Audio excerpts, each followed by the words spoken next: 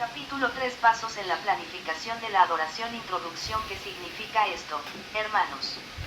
Que cuando os reunís, cada uno de vosotros tiene un salmo o una enseñanza o una revelación o una lengua o una interpretación menor que 460 y 1402 mayor que 1 Corintios 14:26. En este capítulo Francisco Almanza presenta la importancia de tener un plan definido de adoración en la iglesia, dando resultados positivos. Luego Russell Harrington presenta un plan modelo para el desarrollo del tal programa de adoración para un año. Cultos, la importancia de un plan de adoración en la iglesia. Francisco Almanza. A él sea la gloria en la iglesia y en Cristo Jesús, por todas las generaciones de todas edades, para siempre. Amén. Menor que 490.321 mayor que Efesios 3:21. Pero, hágase todo decentemente y con orden. Menor que 461.404 mayor que 1 Corintios 14:40. El culto cristiano es la experiencia del Espíritu por la cual se vive la realidad de Dios. Es la actitud por la cual sentimos que Dios no es tan solo una idea o concepto, sino principalmente una persona con la que tenemos relación directa y personal por medio de la fe. El culto, pues, es el estado de comunión entre el alma y Dios. F9. La adoración ha sido definida a través del tiempo de diferentes maneras. Tal vez una de las más acertadas es la transcrita arriba. Aunque la veamos desde el punto de vista del culto cristiano, presenta los elementos que la adoración necesita. El énfasis recae en lo espiritual. Pensando en el culto o la adoración de una manera espiritual, hemos descuidado en nuestras iglesias el verdadero arte de la adoración. Es fácil encontrar quien sostenga que siendo la adoración asunto completamente espiritual, no requiere un plan, pues la tornaría en algo humano, mecánico y con pérdida de espiritualidad.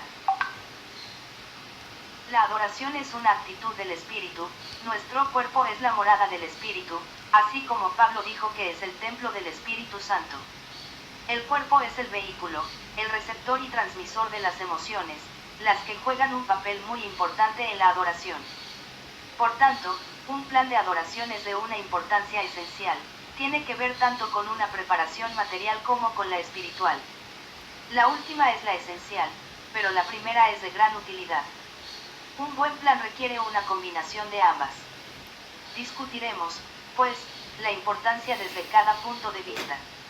Importancia espiritual de un plan de adoración para la iglesia. Enfocaremos el estudio solamente desde el punto de vista de los resultados. Un plan requiere meditación y, nuestro caso en particular, un autoexamen. Los dirigentes de la iglesia se detienen a pensar en las deficiencias de su adoración y en sus puntos fuertes. Es un balance eficaz.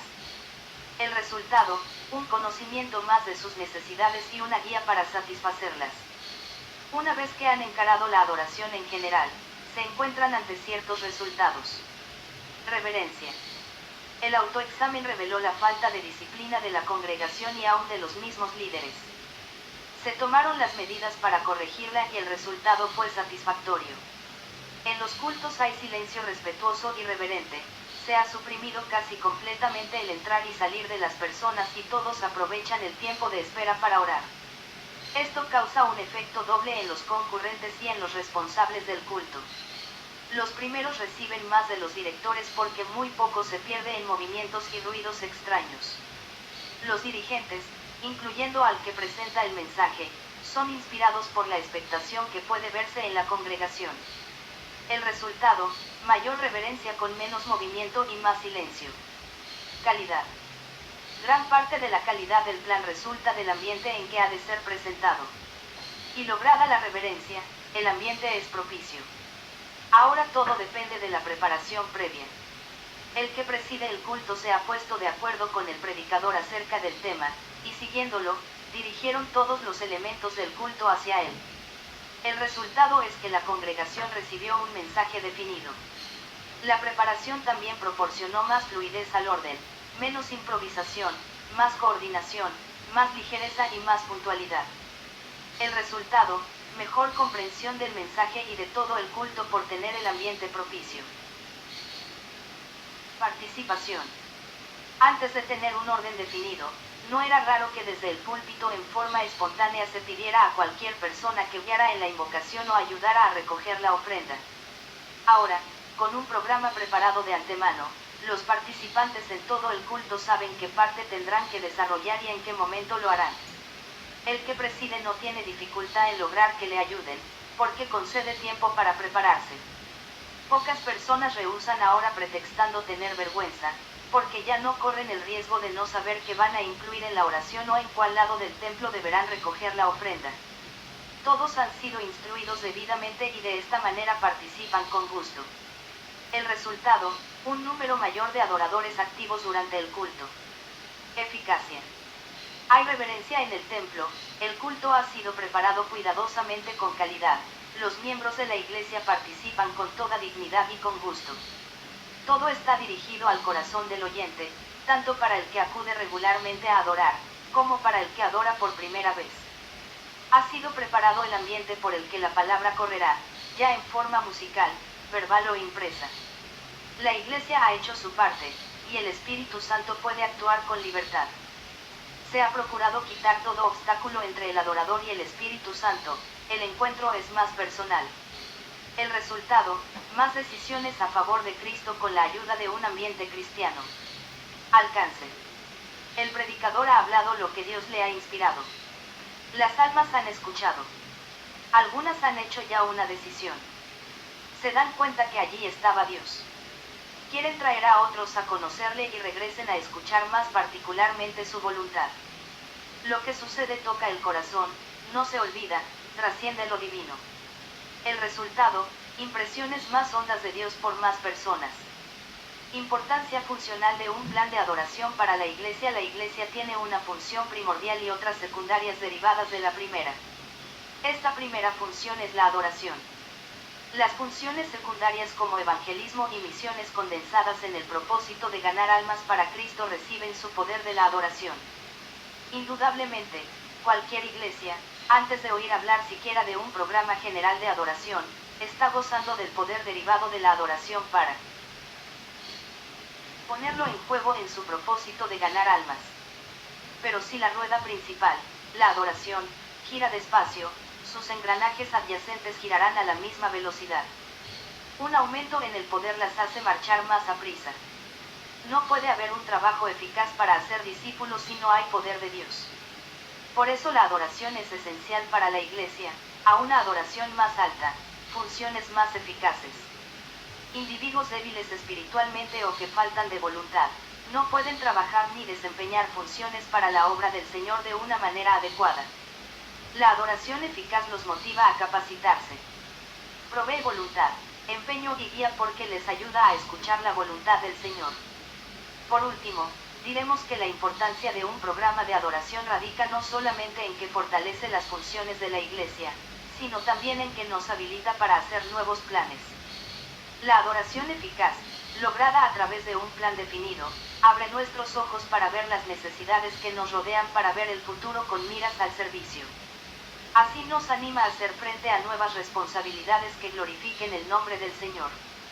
Importancia práctica de un plan de adoración para la iglesia. Aunque hemos estado hablando del programa de adoración en general para la iglesia, este abarca también los organismos de la misma. Entonces, en los cultos en los departamentos tanto como en los cultos de la iglesia, hay beneficios que se reciben directamente. Forma y promueve los organismos establecidos. En todos los sectores de nuestras iglesias hay cultos de adoración. En muchas ocasiones son considerados meramente como un preámbulo al asunto principal de la reunión, de acuerdo con el propósito del organismo. Un programa adecuado es útil a los organismos y los ayuda en sus cultos particulares. Por otra parte, como sus miembros participan también en los cultos generales de la iglesia, ayudan a su departamento con los conocimientos recibidos de la misma manera que la práctica adquirida en el departamento les ayuda a participar activamente en el culto público de la iglesia. Promueve la asistencia al templo. Cuando los concurrentes al templo reciben un beneficio espiritual en los cultos, siempre quedan invitados a regresar. Cuando se nota la preparación para brindarles lo mejor del Señor, seguramente regresarán. Cuando los necesitados reciben lo que necesitan para su espíritu, donde la fuente fluye lo que buscan, volverán. Desarrolla a nuevos dirigentes. Un programa general de adoración que toma un interés particular en los participantes activos de los cultos, es una escuela de nuevos líderes.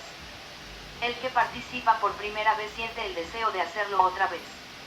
El que ya tiene experiencia y ve la eficacia de sus esfuerzos querrá experimentar nuevos trabajos. Todo es parte de una manera práctica de desarrollo espiritual. El trabajo activo coloca al cristiano al frente, en posición de recibir nuevas responsabilidades y cumplirlas y de guiar a otros a una vida espiritual activa. 7 pasos en la planificación de la adoración. Russell Harrington. Llevar a cabo la buena planificación de los cultos de adoración semana tras semana requiere un plan definido. El plan modelo que se presenta es un plan para un año. Primeramente, hay que considerar cuáles son las necesidades generales y espirituales de la congregación. Cada iglesia es distinta, tiene su propia personalidad, sus propios gustos, sus propias necesidades. Al mismo tiempo hay ciertas necesidades espirituales universales de cualquier iglesia. Considere estas 6 necesidades como básicas. Luego, puede escribir otras que son particulares de su propia iglesia. Necesidades de la congregación. 1. Salvación, necesidad evangelística. 2. Instrucción en las verdades de la Biblia, necesidad doctrinal. 3. Vivir los principios enseñados por Cristo en relación con la gente, necesidad ética. 4. Trabajar para el Señor con toda dedicación, necesidad de consagración. 5. Gracia de Dios en tiempos de pesar, aflicción y penas, necesidad de sostén. 6. Orar, adorar y amar a Dios, necesidad devocional. También puede usar un cuestionario como el que se encuentra en Unámonos en la Adoración, CBPA 32436, P16, o en la Adoración Auténtica, Exaltando a Dios y Alcanzando al Mundo, CBPA 32435, P142, con el propósito de conseguir retroalimentación de la congregación en cuanto a sus necesidades espirituales. También, cualquier congregación puede tener necesidades que ni percibe. Con discernimiento, el pastor, el ministro de música y la comisión de adoración pueden orar y encontrar otras necesidades espirituales. Contenido prefacio 1. Mientras que está trabajando en este paso, use la hoja de ideas para sermones futuros en el capítulo 9, planillas para la adoración, P67. Después de analizar las necesidades espirituales de la iglesia, note que cada necesidad ahora lleva una verdad para predicar. Verdades para predicar. 1. Dios ama a todos los hombres lo suficiente como para salvarlos mediante su Hijo crucificado. Evangelismo. 2. Jesús es la revelación completa de Dios al hombre. Doctrina. 3. La manera cristiana de tratar a los enemigos es volver bien por mal. Ética. 4. Dios pide la sumisión total de sus hijos. Consagración. 5. Dios es nuestra ayuda en cada circunstancia de la vida. Sostén. 6. Podemos aprender a orar siguiendo los principios del Padre Nuestro. Devoción. Según cada necesidad y verdad, el pastor comienza a desarrollar los propósitos específicos para el ministerio de adoración para el año.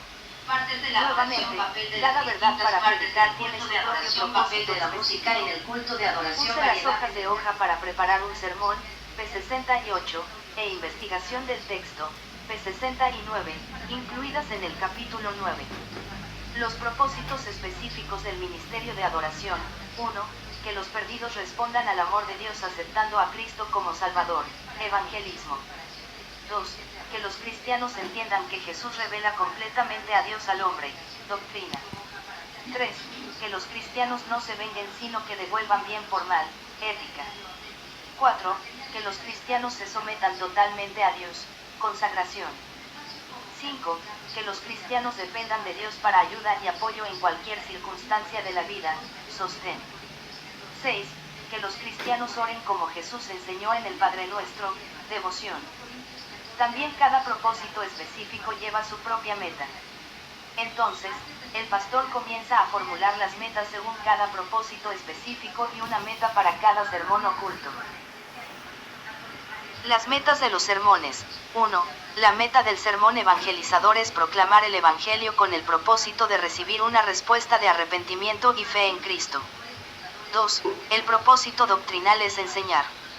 3. El objeto ético es guiar a los oyentes a vivir como cristianos. 4.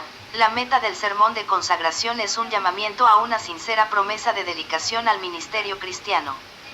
5. El sermón fortalecedor tiene como propósito confirmar la fe en momentos de prueba. 6. El sermón devocional consigue que el oyente adore a Dios. Con 6 metas como mínimo para el año, el pastor ahora comienza a escoger los temas para los 104 cultos del año, 2 por domingo. Un año la necesidad de instrucción puede ser mayor y por eso planifica más sermones sobre este tema sobre los demás. Otro año puede ser la necesidad de orar, de adorar y amar, por eso planifica más sermones y cultos para llenar esa necesidad.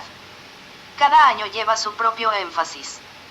Posibles temas: 1. Evangelismo, el pecado, la condenación, la fe, la cruz, la muerte de Jesús, la resurrección de Jesús, el cielo y el infierno. 2. Doctrina, la obra de Dios, la obra de Cristo, la obra del Espíritu Santo, la esperanza, el problema del hombre, la iglesia, la segunda venida de Cristo y el juicio. 3. Ética, el servicio, el fruto del Espíritu Santo, las relaciones personales, el matrimonio, la honestidad, el alcoholismo y las drogas, la lotería, el cristiano y el Estado. 4. Consagración, el llamado de Dios, la pureza en la vida cristiana, el diezmo, la fidelidad y los dones del Espíritu. 5. Sostén, la muerte, la oración, las enfermedades, el valor, el temor, la fe y las pérdidas personales. 6. Devoción, el amor de Dios, la gracia de Dios, la adoración, el compañerismo y las ordenanzas. Ahora, cada meta lleva ciertos temas que le corresponden. El pastor no va a predicar un sermón sobre mayordomía esperando llenar la necesidad de la gracia de Dios en tiempos de pesar. Seguramente cada pastor tendrá otros temas que puede añadir para cada meta. Textos y títulos de los sermones. El pastor puede escoger los textos bíblicos para cada domingo del año según los pasos anteriores. Puede usar el calendario, P75, en el capítulo 9, apuntando la necesidad primero y después, la verdad para predicar, su propósito específico en la adoración, la meta del sermón, el tema y finalmente el texto y título del sermón. Ahora, use la hoja para planear un culto, P70, y la hoja secuencia de la adoración, P71, el capítulo 9. Resultados: 1. Evangelismo, 2. Doctrina, 3. Ética, 4. Consagración, 5. Sostén, 6. Devoción. Finalmente, el pastor evaluará los resultados según la necesidad y el propósito original. Para eso, usa evaluación del sermón, P73, y evaluación del culto, P74, que aparecen en el capítulo 9. Reflexione y escriba en los siguientes renglones las necesidades más urgentes de su iglesia en cuanto a la adoración.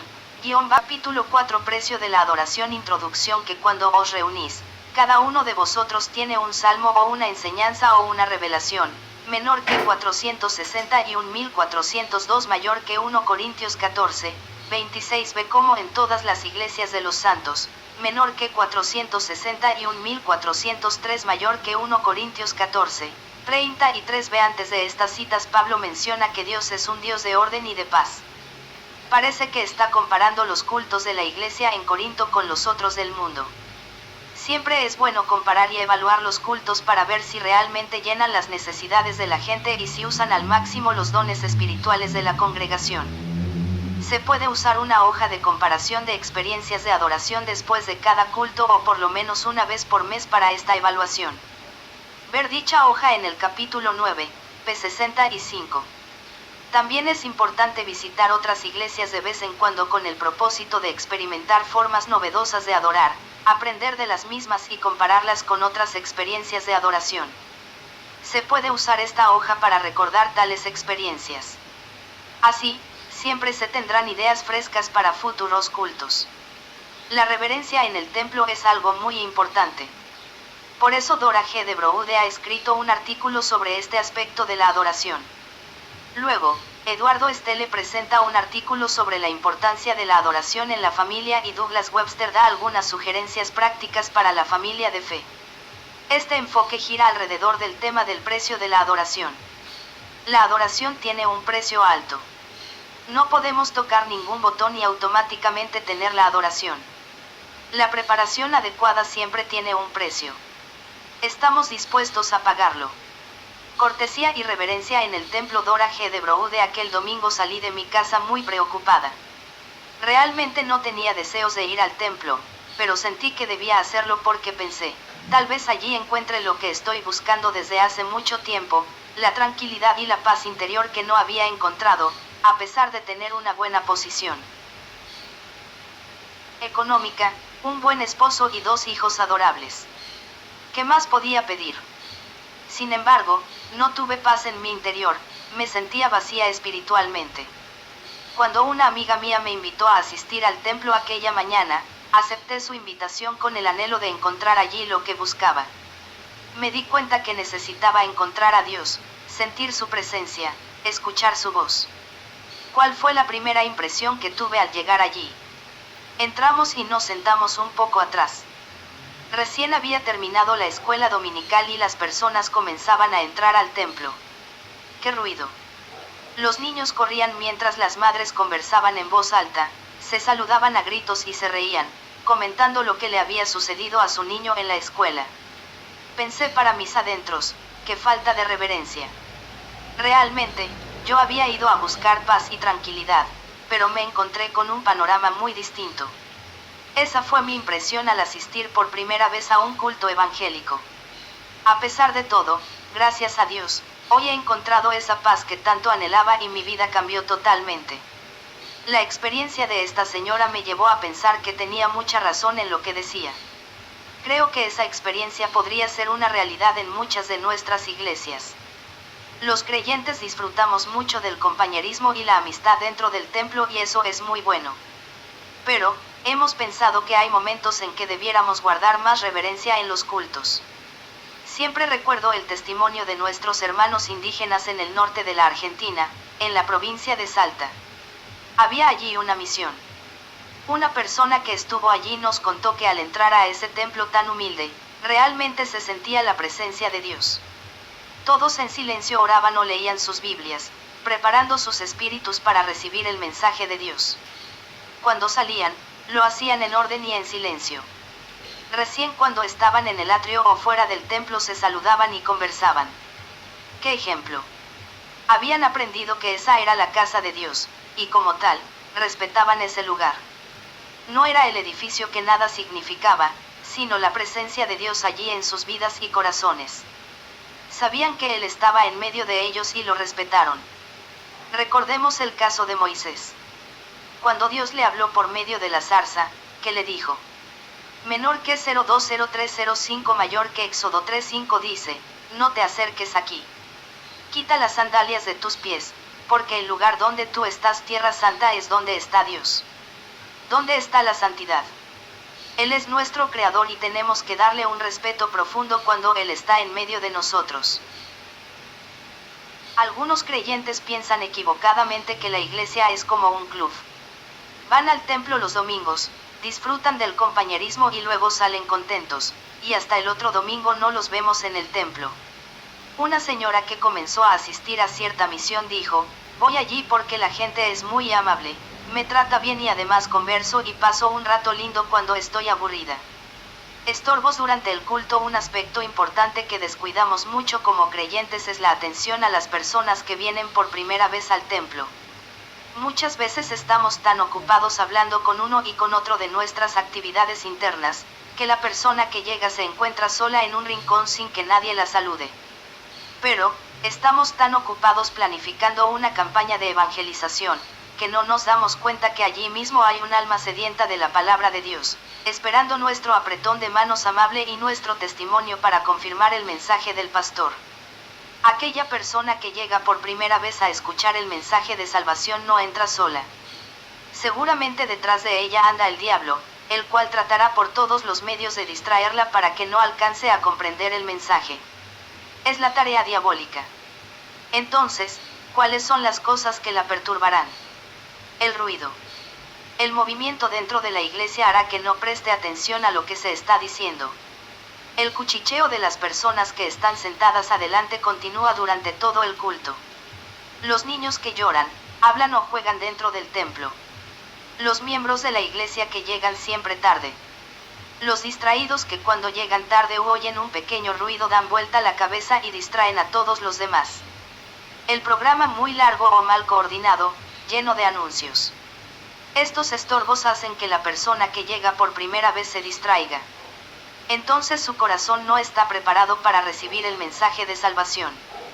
Cuidado de los niños. Otro aspecto fundamental que tenemos que enseñar a nuestros hijos en cuanto a reverencia y cortesía dentro del templo es el cuidado de los himnarios, Biblias, etc., que se encuentran en los bancos. Hemos visto a padres que, para que sus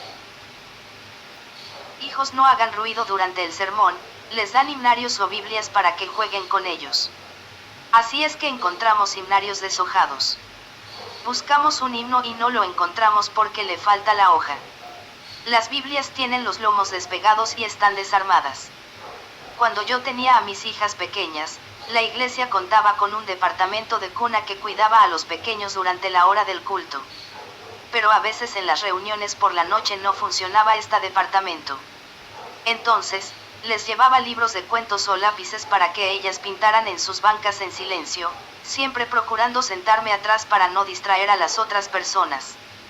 Si hay un niño presente, seguro que hay alguna abuelita o mamá que lo estará mirando.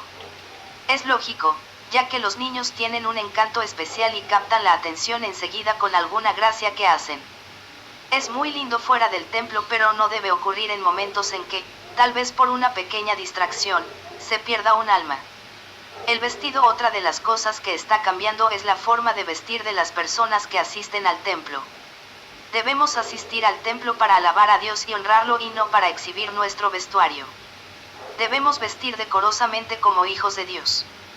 Que nuestra forma de vestir refleje nuestro ser interior, que reflejemos a Cristo. Conclusión: todos estos aspectos hacen a la reverencia en el templo. Dios es nuestro amigo, es verdad que tenemos compañerismo con Él. Podemos contarle todos nuestros problemas porque Él estará a nuestro lado ayudándonos. Pero también es nuestro hacedor.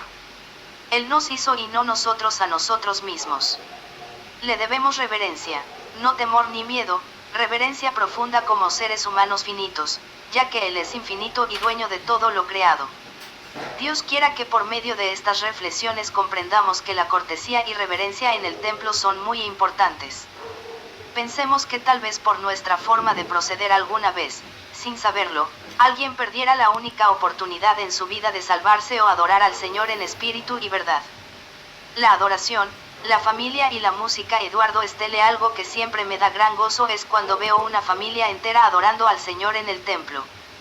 Me inspira y anima ver esa unidad escuchando, orando, cantando y participando en el culto. Quizá la razón es que es un cuadro bello porque han descubierto los elementos básicos que constituyen y contribuyen al ambiente de adoración. Conocen y disfrutan de los beneficios de hacerlo así. La Biblia nos dice en el menor que 192.404 mayor que Salmo 24:4 cómo la familia puede entrar para adorar al Señor, limpio de manos, es decir, santo en sus acciones, puro de corazón o santo en sus motivos y emociones, que no ha elevado su alma a la vanidad, es decir, santo en su mente y pensamientos, ni ha jurado con engaño, o sea santo con su lengua. Recordemos lo que dijo el salmista en el menor que 19:004 mayor que Salmo 100:4, entrad por sus puertas con acción de gracias, por sus atrios con alabanza, dadle gracias, bendecid su nombre. Pero ¿cuántas familias entran al templo quejándose del autobús, de la lluvia, del calor y de otras cosas?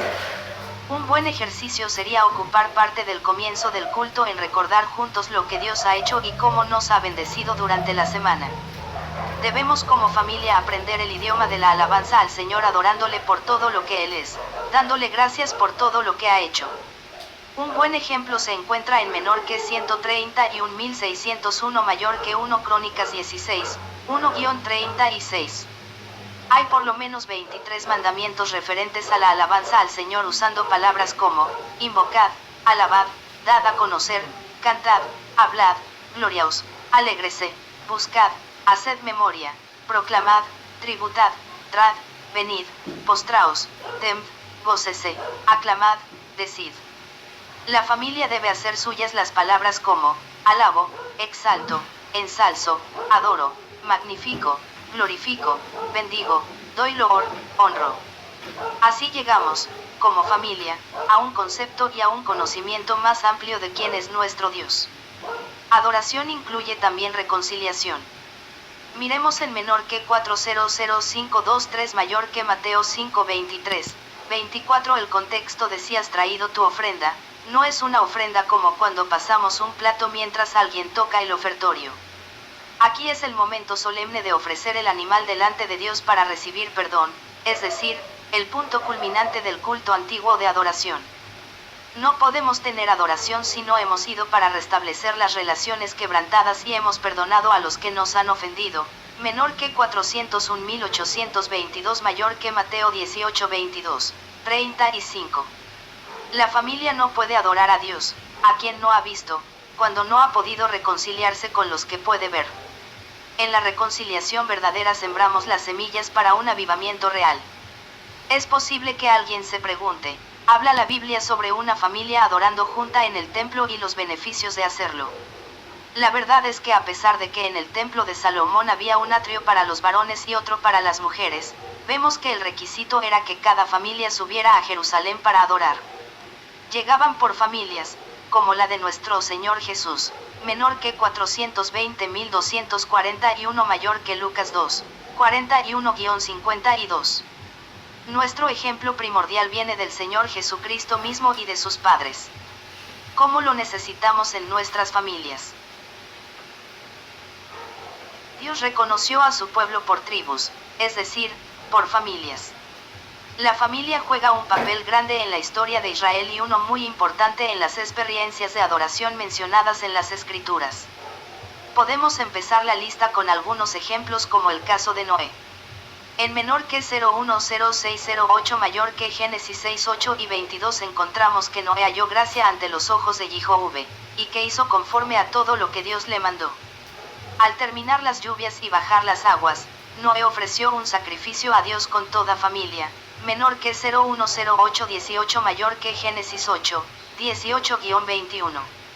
El V21 dice, percibió Jehová el grato olor. Así es de hermoso cuando la familia se presenta para adorar al Señor. Tenemos también a Manoah, su mujer y Sansón, Jueces 13, Elcana, Ana y Samuel, 1 Samuel 2, Rat regresando con Noemí para adorar, Rat, los recabitas, ejemplos de obediencia, Jeremías 35, Priscila y Aquila, pilares de la iglesia primitiva, menor que 441.826 mayor que Hechos 18:26, y cuántas otras familias más. Podemos ver a través de la Biblia que el deseo de Dios para la familia es que conociera al Señor. En menor que 010701 mayor que Génesis 7:1, la Biblia dice, entonces Jehová dijo a Noé, entra tú en el arca y toda tu familia. Note, tú y toda tu familia. Menor que 031606 mayor que Levítico 16, 6-11 dice que Aarón iba a traer el becerro de la expiación y hacer la reconciliación por sí mismo y por su familia. Leemos en menor que 441.024 mayor que Hechos 10:24, al día siguiente, entraron en Cesarea. Cornelio los estaba esperando, habiendo invitado a sus parientes y amigos más íntimos. Cornelio llamó a tal reunión porque el ángel de Dios le había dicho que Pedro le iba a explicar el camino de salvación por el cual serás salvo tú, y toda tu casa, menor que 441.114 mayor que Hechos 11:14. Cuando Lidia, vendedora de púrpura, fue bautizada lo fue con toda su familia, menor que 441.615 mayor que Hechos 16:15. El carcelero de Filipos recibió el mensaje de Pablo y Silas cuando le dijeron, y serás salvo, tú y tu casa, menor que 441.631 mayor que Hechos 16:31, y el resultado fue que los hizo entrar en su casa, les puso la mesa y se regocijó de que con toda su casa había creído en Dios, menor que 441.634 mayor que Hechos 16:34. En menor que 441.808 mayor que Hechos 18:8 encontramos que Crispo, el principal de la sinagoga, creyó en el Señor con toda su casa. Primera de Corintios 1:16 dice que Pablo había bautizado a los de la casa de Estéfanas, y en menor que 550.419 mayor que 2 Timoteo 4:19 leemos que toda la familia de Onesíforo era creyente. El plan de Dios es que todas las familias sean su familia, que todas lleguen a conocerlo y le adoren. Veamos algunos beneficios que recibe la familia cuando se presenta junta delante del Señor para adorarle. La familia unida en adoración refleja la unidad de la Santa Trinidad, así es como un espejo del carácter de Dios. Examinemos en menor que 431.720 mayor que Juan 17:20, 21 parte de la oración intercesora de Jesús, para palpar su preocupación por esto, pero no ruego solamente por estos, sino también por los que han de creer en mí por medio de la palabra de ellos, para que todos sean una, como tú, oh Padre, en mí y yo en ti, que también ellos lo sean en nosotros, para que el mundo crea que tú me enviaste. Cuando la familia se presenta delante del Señor y reconoce que Él es su creador, proveedor y que Él es quien está controlando el universo, conoce que Él debiera ser Señor de sus vidas también.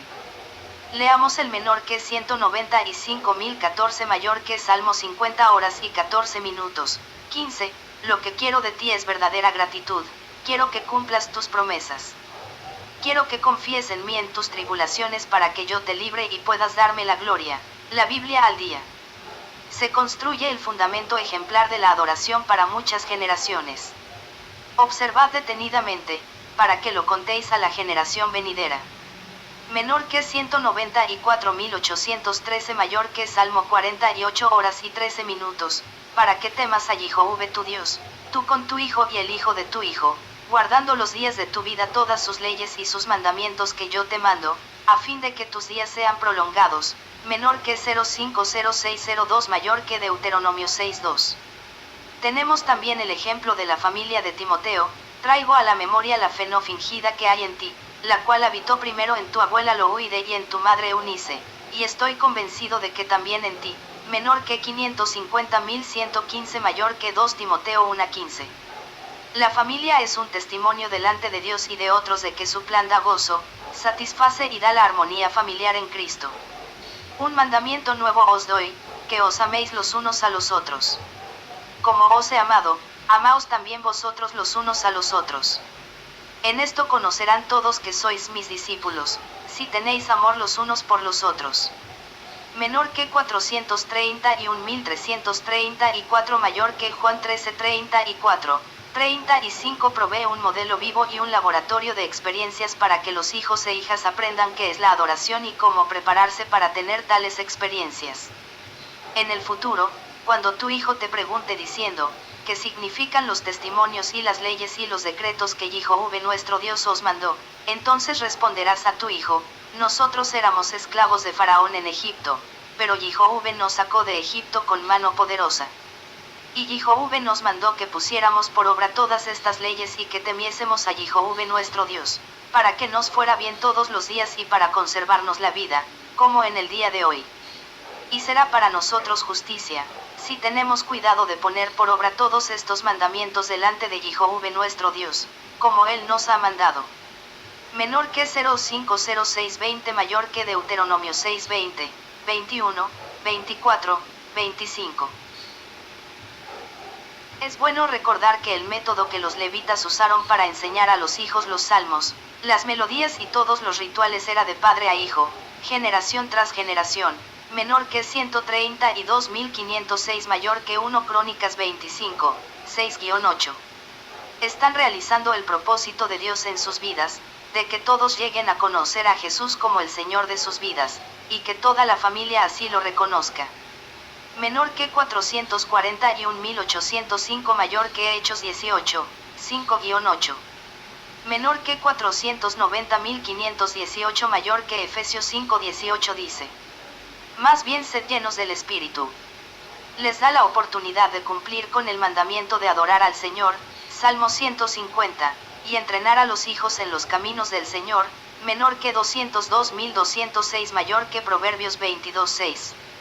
¿Cómo está la vida de adoración en su familia? ¿Entienden lo que es y lo que practican? ¿Se preparan para entrar y adorar al Señor? ¿Han aprendido el idioma de la alabanza? ¿Se han reconciliado los unos con los otros?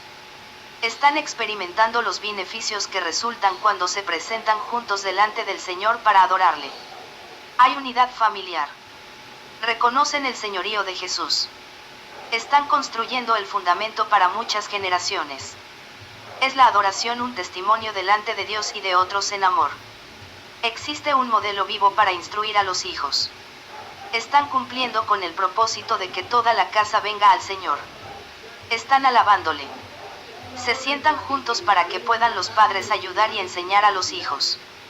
Estas preguntas son para ayudarles y guiarles para que puedan aprovechar los beneficios que resultan cuando la familia se presenta junta para adorar al Señor.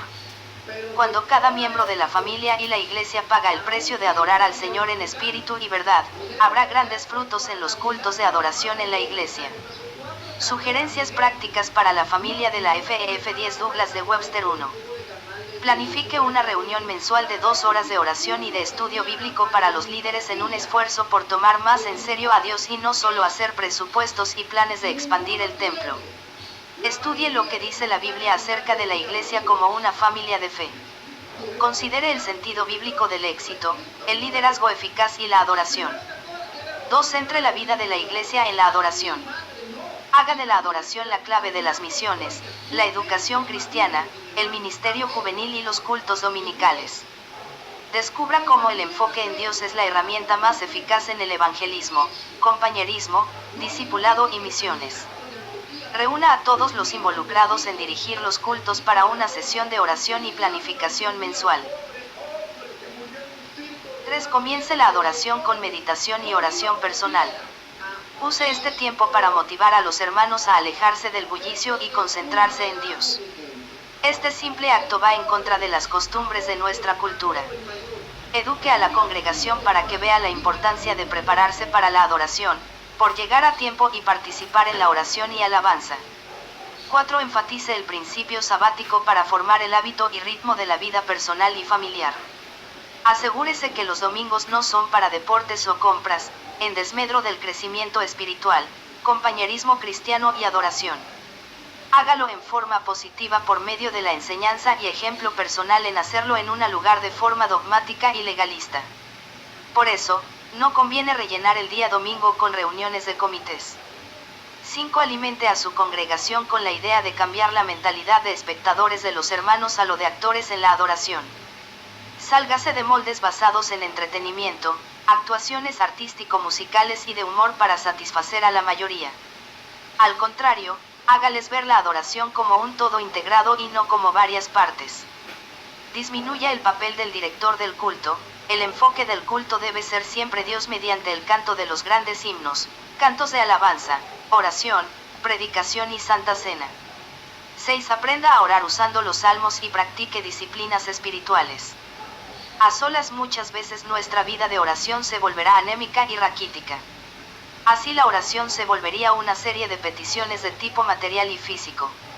Orar los salmos es educativo y resulta en una expresión espiritual genuina, que enriquece la alabanza, profundiza nuestra necesidad y sentimiento de dependencia madura en Dios. Es el mejor antídoto a las oraciones cliché.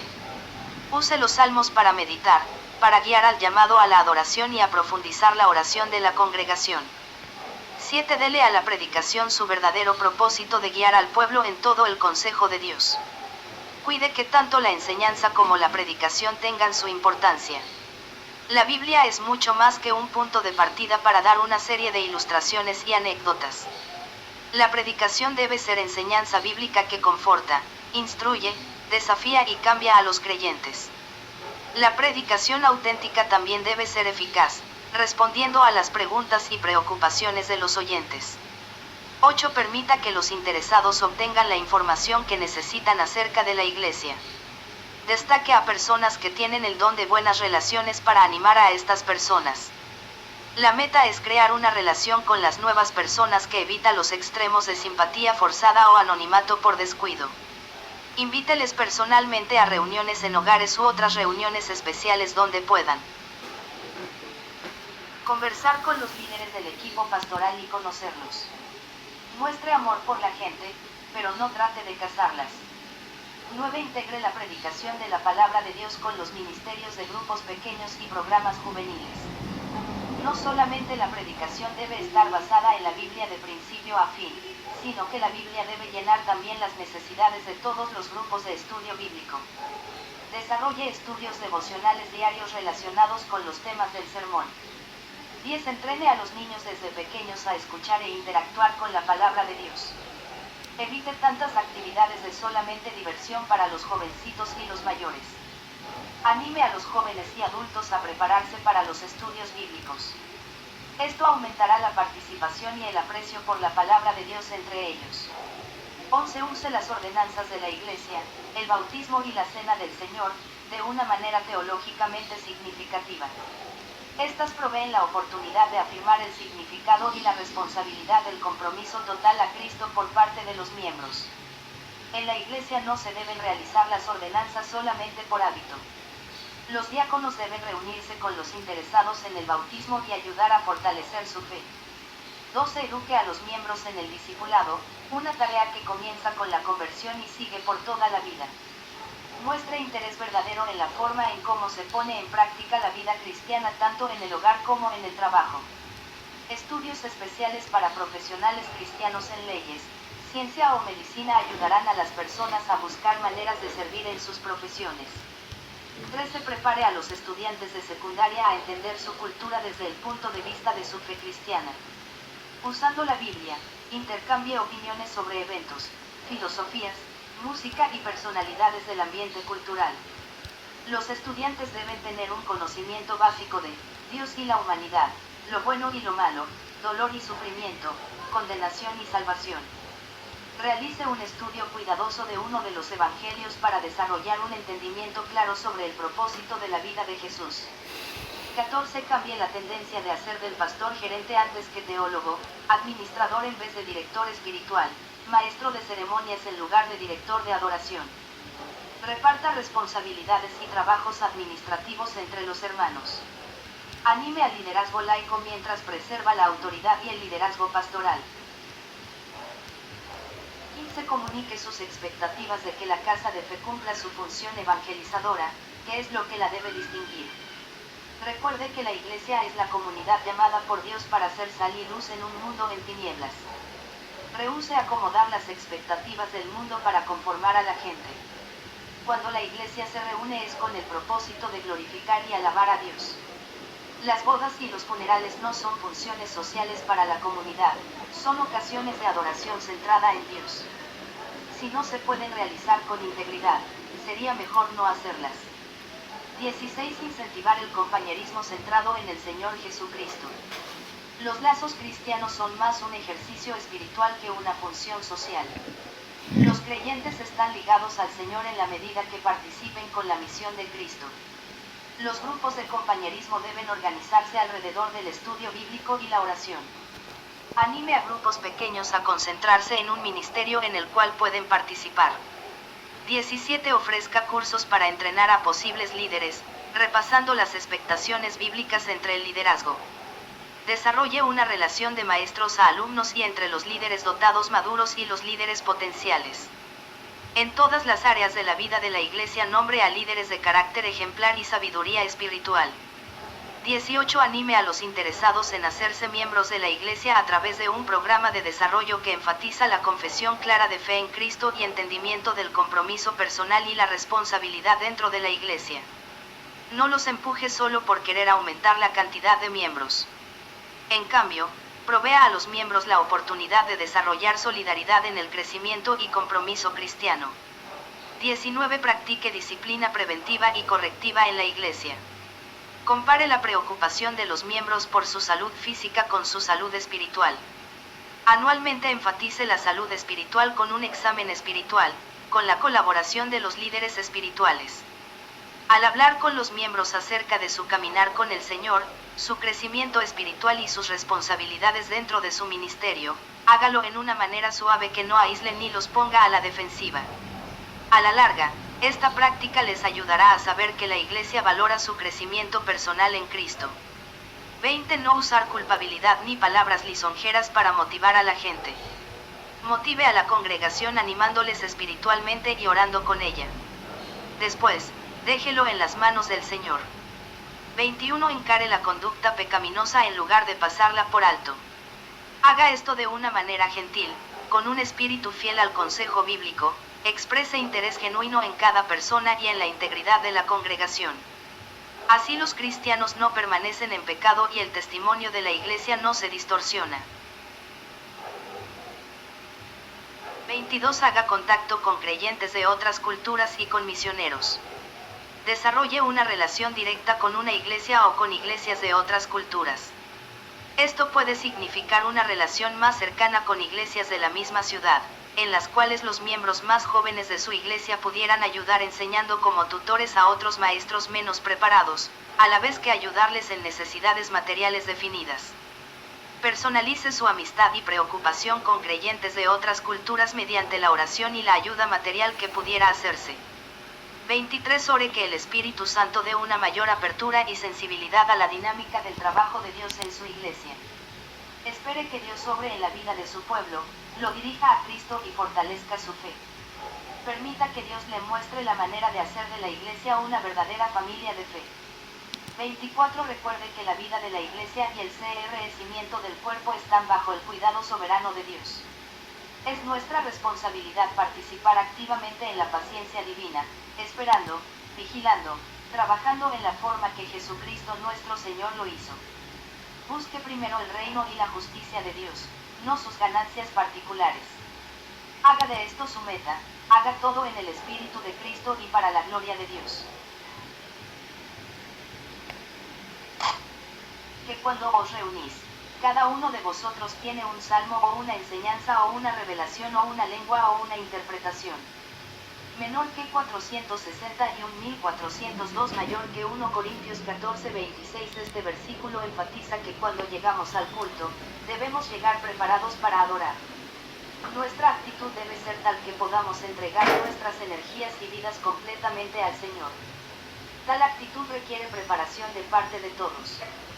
Karen Mans habla de un ciclo de la adoración. F11 quiere decir que todas las actividades de la semana deben girar alrededor de la adoración. Incluye actividades cada día de la semana. Por ejemplo, 1. Domingo, participar en las clases de estudio bíblico, los cultos de adoración tomando notas del sermón. 2. Lunes, repasar, contemplar y meditar en los estudios bíblicos y los cultos de adoración, dando énfasis especial al mensaje del pastor o a un himno que le habló en una manera especial. 3. Martes, aplicar a la vida una verdad captada en los cultos o estudios del domingo. 4. Miércoles, hablar y compartir con los otros miembros de la familia acerca del culto del domingo pasado. 5. Jueves, comenzar el estudio bíblico para el próximo domingo. 6. Viernes, conseguir la cita bíblica del sermón y los himnos para el domingo, estudiar el pasaje bíblico y la letra de los himnos, preparándose para el culto. 7. Sábado, preparar la ropa para toda la familia, preparar la ofrenda, alistar las Biblias y otros materiales que van a llevar al templo, orar por los líderes de la iglesia y las personas que han de tomar una decisión durante el culto. 8. Domingo, participar en todas las actividades del domingo, conversar en casa con la familia las experiencias espirituales vividas en el templo. Vuelve a comenzar el ciclo. Otra idea que ayuda a nuestra preparación personal se encuentra en el libro La adoración auténtica, exaltando a Dios y alcanzando al mundo, CBPR 32.435, servicio de adoración y meditaciones durante el culto PP 71 a 72. El servicio de adoración nos ayudará en la preparación para la adoración. Las meditaciones durante el culto nos ayudarán a mantener la mente enfocada en las experiencias de adoración durante el culto. Otros materiales que ayudan a los miembros de la congregación en su preparación espiritual para el culto son: 1. Un diario espiritual, ver la adoración auténtica, exaltando a Dios y alcanzando al mundo P69. 2. Una guía de comunión diaria. Ver la adoración auténtica, exaltando a Dios y alcanzando al mundo, P70. 3. Un tiempo de lectura bíblica y de oración, meditación y confesión de pecado, ver los libros devocionales en su librería evangélica. Un pastor, Jack Haffer, relata su experiencia en cuanto a la preparación para el culto de adoración. Dice que cada sábado en la noche va al templo y ora a favor del culto del día siguiente. 1. Ora por la presencia y dirección del Espíritu Santo durante el culto. 2. Ora que el mensaje sea aplicable a las vidas de las personas presentes. 3. Ora por varias personas que estarán presentes en el culto y sus necesidades específicas. 4. Ora por los líderes de la música y que su dirección realmente glorifique al Señor. 5. Ora por las personas que deben tomar una decisión para Cristo. 6. Ora que Él mismo sea sensible a las necesidades de la congregación y a la dirección del Espíritu Santo durante el culto. 7. Ora que Él mismo también adore al Señor. Dice que se va sentando en varias partes del templo pensando en las personas que estarán sentadas allí y ora por ellas. ¿Qué cambios notará la congregación en los cultos si los líderes se toman el tiempo para orar y prepararse espiritualmente de esta misma manera cada sábado? Pruébelo. El resto de este capítulo contiene sugerencias e ideas que puede usar para preparar los cultos de adoración. Examen personal sobre algunos aspectos importantes de la vida espiritual y, con respecto a la consagración, ya entregué mi vida completamente al Señor. Sí, no, es mi vida diferente a la de las personas que no son cristianas. Sí, no, estoy permitiendo que mi vida dé evidencias positivas de mi fe en Cristo. Sí, no, estoy glorificando a Dios en cada esfera de mi vida. Sí, no, en mi hogar. Sí, no, en mis negocios. Sí, no, en mi vida social. Sí, no, estoy leyendo mi Biblia y orando diariamente. Sí, no, encuentro gozo y satisfacción en mi vida cristiana. Sí, no, tengo un amor sincero por mis hermanos de la iglesia. Sí, no. Hay celos y envidias en mi corazón. Sí, no, siento compasión por los perdidos y deseo ganarlos para Cristo. Sí, no, anhelo de todo corazón vivir más cerca del Señor. Sí, no, soy estorbo para que otros vengan al Señor o para que le sirvan como Él quiere. Sí, no, soy consciente de la responsabilidad que tengo de dar un ejemplo edificante para los nuevos cristianos. Sí, no, estoy procurando vivir de acuerdo con las normas cristianas. Sí, no, 2. Con respecto a la reverencia y adoración, guardo la debida reverencia al entrar al templo. Sí, no, entiendo lo que es adoración y el lugar que ocupa en mi vida y en la vida de mi iglesia. Sí, no, pongo ejemplo de reverencia delante de los niños y las demás personas. Sí, no, instruyo a mis hijos sobre la manera como deben portarse en la casa de Dios. Sí, no, permito a mis hijos salir y entrar del templo durante los cultos.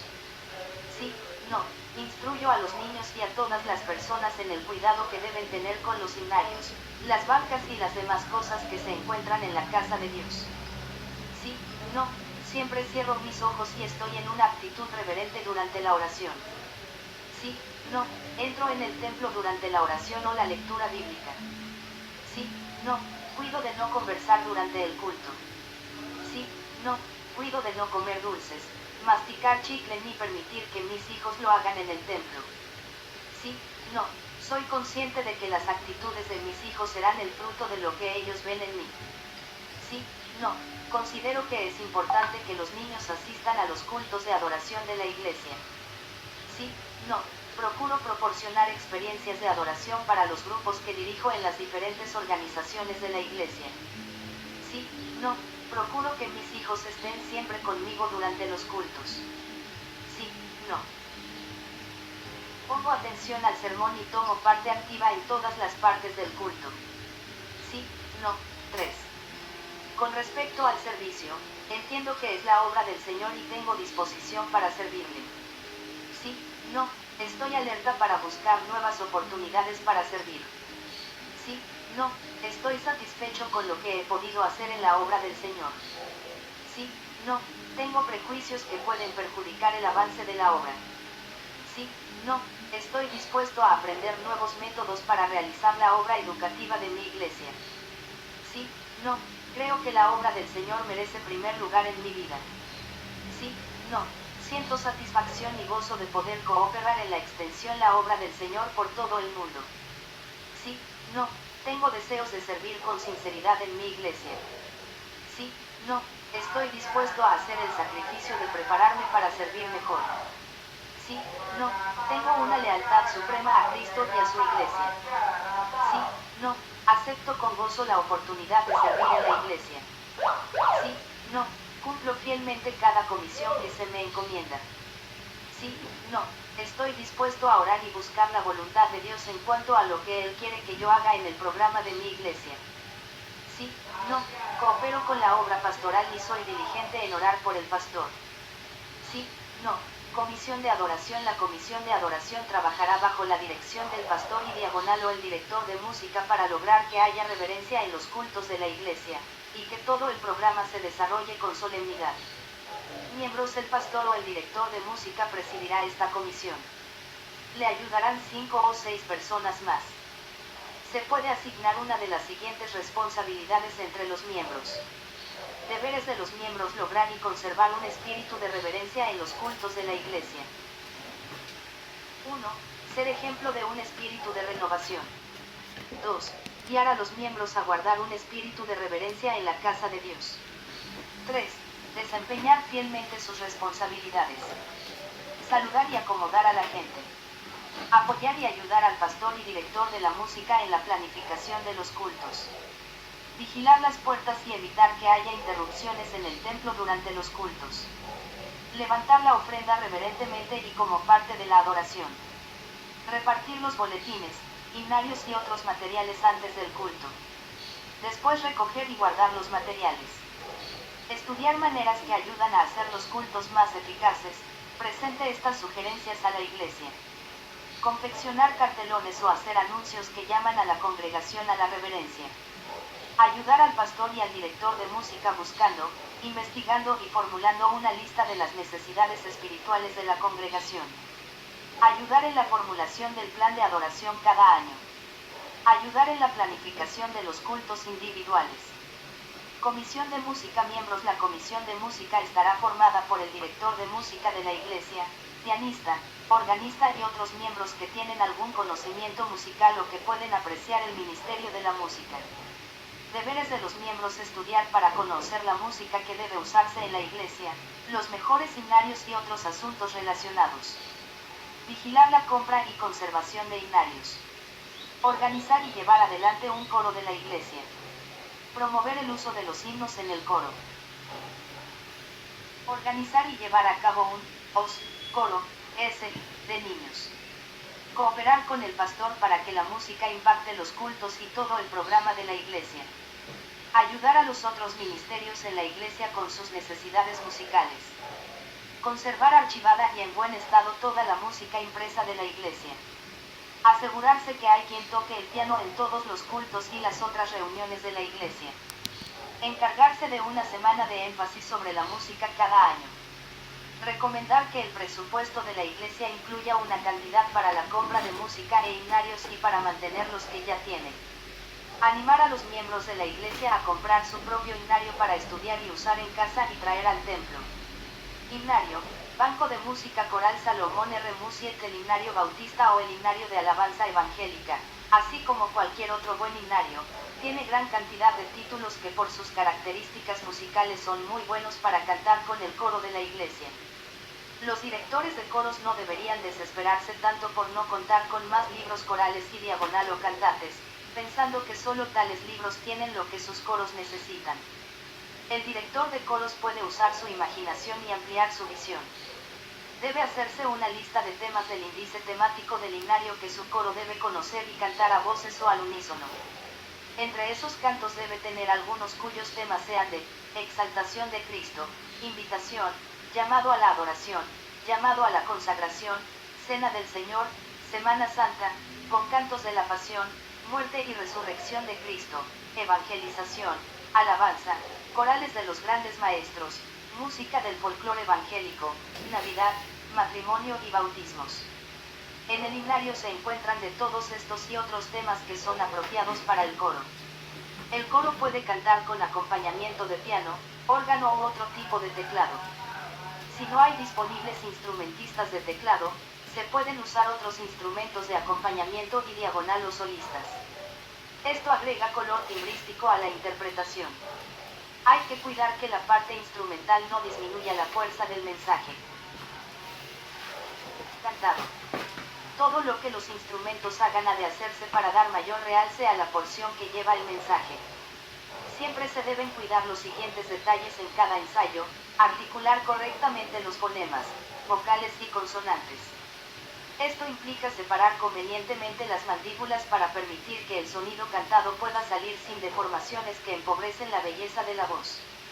Pronunciar las consonantes finales de las palabras con precisión permite que el oyente capte todas las palabras y el mensaje cantado. Cantar de memoria. Así el integrante del coro podrá seguir con mayor exactitud las indicaciones de interpretación que el director da con los diversos movimientos de sus manos, brazos, cuerpo en general y de los ojos, en particular. Procurar la respiración costoabdominal, respiración completa. Esto permite un mejor fraseo, firmeza en la voz en las partes fuertes y control de los finales, tanto en las partes fuertes, suaves y en los retardando. Sugerencias sobre la forma de cantar cantos con formas musicales específicas. Canto de 4 estrofas modelo 1 Castillo Fuerte es nuestro Dios, HB 26. Este canto, un coral del himnario de la Iglesia Alemana Luterana, suele cantarse a 4 voces. Su ritmo es parejo sin hacer retardando en los finales de las estrofas, sino solo al final. Se canta como marcha, sin apurar el tempo. Cuídese que las 4 voces canten con volumen parejo, sin que sobresalga ninguna. El coral se caracteriza por ser de ritmo y volumen parejo, sin juego dinámica, volumen, ni tempo. Como este canto, hay otros corales como los 19, 97, coral de Bach, 152, 234, 238, 239, 274, 293, 529. Aunque algunos tienen 3 estrofas, todos tienen características similares. Las variaciones que el director puede hacer: una estrofa a 4 voces, una estrofa, damas, una estrofa, varones, una estrofa, al unísono, una parte del himno, damas solas y responden varones, tipo de pregunta y respuesta coral. Sin embargo, hay que tener muy en cuenta la potencia del grupo que canta solo y del que responde. Un cuarteto puede hacer un eco musical, también puede usar solistas masculinos en esa forma, interpretando respuestas a frases musicales. Canto de 5 estrofas modelo 2 Tu reino amo, oh Dios. HB 242. Primera estrofa, unísono, majestuoso y F, fuerte.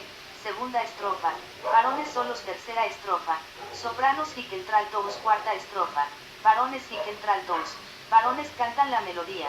Quinta estrofa, coro a 4 voces. Canto de 4 estrofas y coro modelo 3 que me puede dar perdón. HB 160, canto a capella, sin acompañamiento instrumental. Primera estrofa, todos a 4 voces. Coro, todos a 4 voces. Segunda estrofa, primera línea, damas al unísono. Segunda línea, varones al unísono. Coro, todos a 4 voces. Tercera estrofa, las damas cantan al unísono la mitad del primer sistema, veo para mi salud, y los varones responden al unísono la segunda mitad del mismo sistema, solo de Jesús la sangre. El segundo sistema se canta igual que el primero. Coro, todos a 4 voces. Cuarta estrofa, la mitad del primer sistema se canta a 4 voces pero staccato, es decir, cortando cada sílaba. Se termina el sistema con el coro a 4 voces pero ligado, legato, como contraste. El segundo sistema se canta similar al primero. Coro, todos a 4 voces. El final con retardando y brillante. Canto con variación entre sistemas modelo 4 que me puede dar perdón. HB 160, canto a capella a 4 voces. Primera estrofa, al unísono M, medio fuerte. Coro, todos a 4 voces. Segunda estrofa, primer sistema, damas al unísono P, suave. Segundo sistema, varones al unísono MP, medio suave. Coro, 3 voces. SCTMP, medio suave. Tercera estrofa.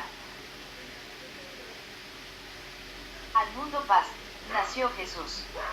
HB 76, enseñar todo el canto a 4 voces. Primera estrofa, al unísono con acompañamiento, piano u órgano. Segunda estrofa, varones con contraltos, varones cantan melodía. Tercera estrofa, coro a 4 voces. Canto de 3 estrofas y coro modelo 6 ángeles cantando están, HB, 67. Enseñar todo el canto a 4 voces. Primera estrofa y coro, coro a 4 voces. Segunda estrofa, SC a 2 voces y coro a 4 voces. Tercera estrofa, al unísono, coro a 4 voces.